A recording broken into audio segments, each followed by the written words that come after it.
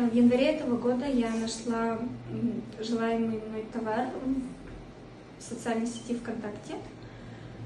Связалась с продавцом, почитала, что у него есть достаточное количество положительных отзывов. Это вызвало у меня доверие, поэтому я решила сделать покупку конкретно в данной группе ВКонтакте.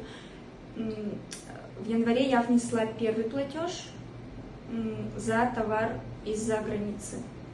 В апреле этого года я внесла второй платеж, как утверждал продавец, на таможенные расходы за отправку уже конкретно в нашу страну. Но после подтверждения второго платежа продавец перестал выходить со мной на связь. Так я поняла, что стала жертвой мошенничества.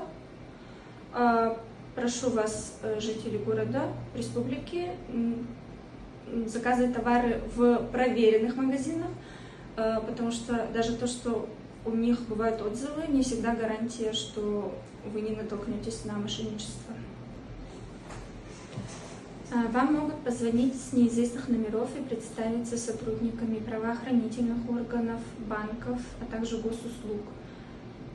Не сообщайте им свои личные данные, номера банковских счетов, коды подтверждения по СМС и сбрасывайте звонок.